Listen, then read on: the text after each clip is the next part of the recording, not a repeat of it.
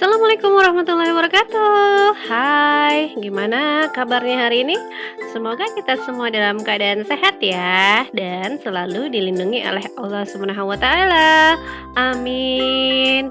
Baik, hari ini Ibu akan mengajarkan matematika kelas 8. Kemudian kita lanjutkan ya materi di video pembelajaran yang kemarin. Kalau video pembelajaran kemarin kita sudah membahas tentang relasi ya. Nah, di video hari ini Ibu akan membahas tentang fungsi.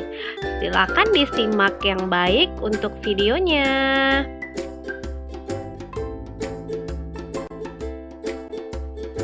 Tujuan pembelajaran di sini ada 4 ya. Yang pertama adalah peserta didik dapat memahami apa sih pengertian dari fungsi. Yang kedua, peserta didik dapat mengetahui fungsi korespondensi satu-satu. Yang ketiga, peserta didik dapat mengetahui notasi fungsi. Dan yang terakhir adalah peserta didik dapat memahami bentuk penyajian fungsi. Untuk tujuan pembelajaran hari ini, Ibu akan ambil yang pertama dan yang kedua ya. Nah, untuk yang tujuan pembelajaran yang ketiga dan yang keempat, nanti kita akan bahas di video pembelajaran berikutnya. Yang pertama adalah kita membahas tentang apa sih yang dinamakan dengan fungsi.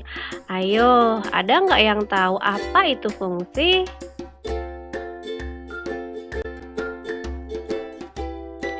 Oke, fungsi yang pertama ya. Nah, sebelum kita mengetahui apa sih arti dari fungsi itu, silakan kalian simak atau kalian perhatikan gambar berikut ini. Nah, di gambar ini ya, di gambar ini adalah gambar bumbu dapur ya. Pernahkah kalian merasakan rasa bahan dapur seperti garam, gula, cuka, lada, dan yang lainnya? Pernah nggak kalian merasakan? Gimana sih rasanya? Ayo, coba rasakan bagaimanakah rasanya. Dari contoh tadi dapat kita buat diagram panahnya ya, seperti di bawah ini. Silakan diperhatikan ya. Di sini untuk himpunan A, anggotanya adalah garam, gula, lada, dan juga cuka. Kemudian untuk himpunan B, anggotanya itu adalah rasanya ya. Jadi anggotanya adalah manis, pedas, asin, pahit, dan juga asam. Setelah itu kita hubungkan dia dengan diagram panahnya ya. Kita hubungkan menjadi seperti apa? Oke, kita hubungkan deh. Garam itu rasanya apa? Ya, garam itu rasanya asin. Kemudian gula itu rasanya apa? Ya, gula itu rasanya manis. Kemudian lada itu rasanya pedas. Dan yang terakhir adalah cuka. Cuka itu rasanya apa? Oke, cuka itu adalah rasanya asam ya. Jadi, berdasarkan gambar di samping dapat diketahui hal-hal sebagai berikut. Yang pertama, tiap bahan dapur memiliki rasa.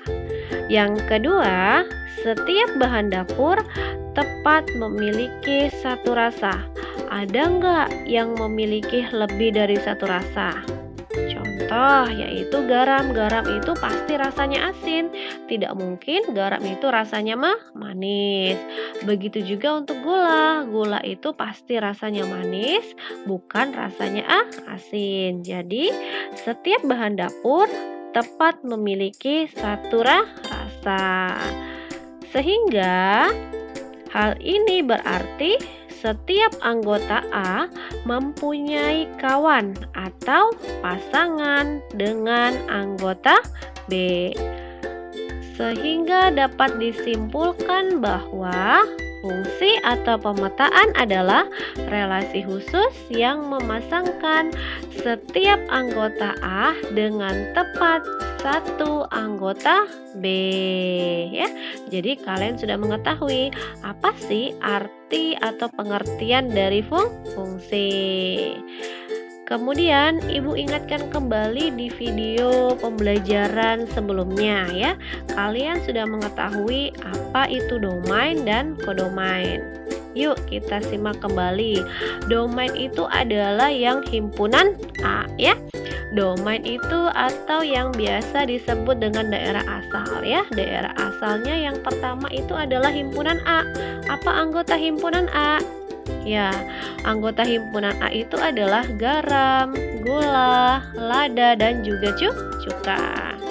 Itu untuk domain. Kemudian ada yang namanya kodomain. Ya, kodomain itu yang biasa disebut dengan daerah kawan.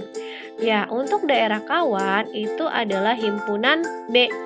Apa anggotanya? Anggotanya adalah manis, pedas, asin, pahit, dan juga asam. Jadi kalian sudah mengetahui apa itu domain dan kodomain. Kemudian berikutnya kalian juga harus mengetahui apa itu range. Range itu atau yang biasa disebut juga dengan daerah hasil ya. Nah, sekarang diperhatikan yang Ibu kasih gambar warna biru ya. Yang Ibu warnai biru ini. Nah, di sini ada manis, ada pedas, ada asin, dan juga ada asam. Nah, untuk yang Ibu kasih warna biru ini, nah inilah yang dinamakan adalah daerah hasil atau range-nya ya. Jadi anggota untuk daerah hasilnya adalah manis, pedas, asin, dan juga asam.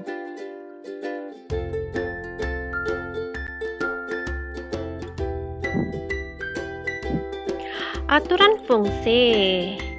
Ya, di sini untuk fungsi mempunyai aturan juga ya. Yang pertama adalah domain. Domain itu ingat ya, domain itu adalah himpunan A-nya ya. Jadi domain itu tidak boleh bercabang. Seperti apa dia maksudnya bercabang? Ya, seperti ini ya contohnya ya. Jadi domain itu tidak boleh bercabang. Ya, yang mana? Yang ini dia ya. Jadi kalau untuk aturan fungsi, untuk fungsi sendiri atau pemetaan ya. Jadi A-nya ini, himpunan A-nya ini dia tidak boleh bercabang ya. Jadi untuk anggota A ini dia tidak boleh mempunyai pasangan lebih dari satu pasangan ya. Oke. Kemudian yang kedua, domain tidak boleh kosong ya. Jadi di himpunan A itu dia tidak boleh kosong. Seperti apa contohnya? Nah, seperti ini dia ya.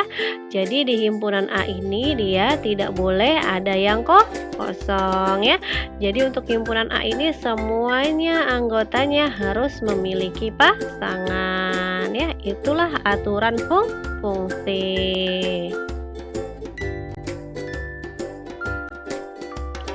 Dari diagram panah di bawah ini, manakah yang merupakan fungsi atau relasi? Sekarang diperhatikan untuk gambar yang pertama. Nah, kita perhatikan untuk himpunan A-nya, ya, himpunan A-nya atau domainnya. Nah, di sini ada yang memiliki pasangan lebih dari satu dan ada yang tidak memiliki pasangan, sehingga dia termasuk apa? Fungsi atau relasi? Ya, dia termasuk relasi. Kenapa? Karena ada yang tidak memiliki pasangan dan ada yang memiliki pasangan lebih dari satu. Kemudian untuk gambar yang kedua, silakan diperhatikan untuk gambar yang kedua. Nah, di sini untuk domainnya atau himpunan A-nya ya, semua masing-masing memiliki pasangannya dan hanya memiliki satu pasangan, tidak ada yang memiliki dua pasangan, sehingga dia dinamakan dengan fungsi ya. Kemudian untuk gambar yang ketiga, silakan diperhatikan untuk gambar yang ketiga ini ya. Di sini himpunan A-nya atau domainnya dia memiliki pasangan masing-masing dan hanya memiliki satu pasangan. Sehingga dia dinamakan dengan apa? Ya, dia dinamakan dengan fungsi. Karena dia aturan fungsi adalah yang pertama, dia tidak boleh bercabang. Artinya adalah dia tidak boleh memiliki lebih dari satu pasangan dan dia tidak boleh ada yang kosong. Kemudian untuk gambar yang terakhir. Nah, untuk gambar yang keempat, sekarang diperhatikan untuk himpunan A-nya atau domainnya. Nah, di sini ada yang tidak mempunyai pasangan, ya. Dan pasangannya lebih dari satu pasangan, sehingga dia dinamakan dengan ya, benar. Dia dinamakan dengan relasi. Jadi, kalian sudah mengetahui perbedaan dari fungsi atau relasi.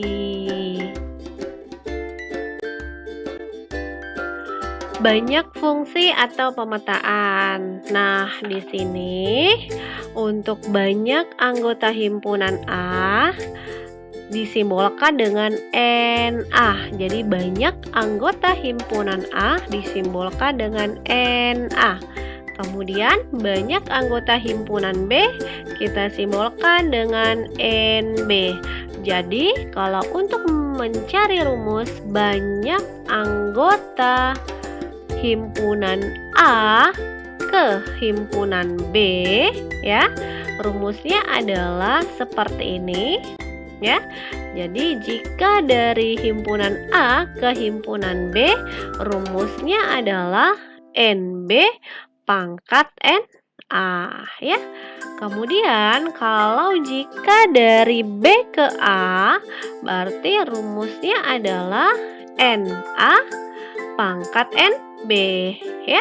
Jadi kalau misalkan dia di sini banyaknya anggota A ini adalah 2, kemudian banyak anggota B ini 3.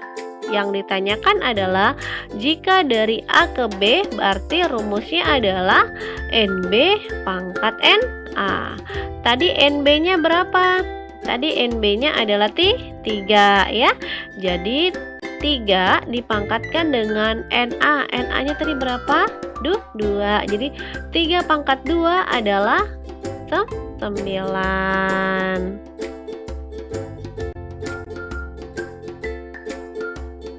Yang kedua, kita membahas tentang korespondensi satu-satu. Nah, di sini ada nggak yang tahu apa itu korespondensi satu-satu? Korespondensi satu-satu. Sebelum kita mengetahui pengertian dari korespondensi satu-satu, sekarang kita simak untuk contohnya ya. Sekarang diperhatikan untuk contohnya ya. Yang pertama adalah setiap negara itu memiliki hanya satu bendera kebangsaan ya. Yang kedua, setiap negara memiliki hanya satu lagu kebangsaan. Nah, dari contoh yang tadi dapat kalian simpulkan atau dapat kalian artikan bahwa apa sih korespondensi satu-satu itu? Ya, jadi korespondensi satu-satu adalah setiap anggota himpunan A dipasangkan dengan tepat ke satu anggota himpunan B dan sebaliknya ya. Jadi himpunan A itu memasangkan tepat satu anggota ke himpunan B. Begitu juga sebaliknya, himpunan B juga harus memasangkan tepat satu anggota ke himpunan A ya. Kemudian banyak anggota himpunan A itu sama dengan banyak anggota himpunan B. Kalau dia disimbolkan seperti ini ya, N dalam kurung A, kemudian sama dengan N dalam kurung B.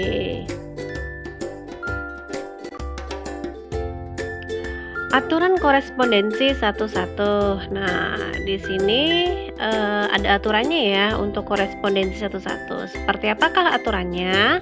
Oke, yang pertama adalah domain dan kodomain itu tidak boleh bercabang ya. Jadi himpunan A dan himpunan B-nya itu tidak boleh bercabang. Kemudian yang kedua, aturannya adalah domain dan kodomain tidak boleh kosong. Jadi himpunan A dan himpunan B itu tidak boleh ada yang kosong. Sekarang diperhatikan untuk contohnya. Nah, di sini ya untuk contohnya untuk korespondensi satu-satu. Jadi domainnya himpunan A dan kodomainnya himpunan B itu dia aturannya tidak boleh ada yang bercabang dan tidak boleh ada yang kosong ya. Jadi silakan dilihat untuk domain dan kodomainnya semua mempunyai pasangan yaitu satu ya. Jadi tidak boleh ada pasangannya dua ataupun yang tidak mempunyai pasangan ya. Jadi inilah aturan untuk korespondensi satu.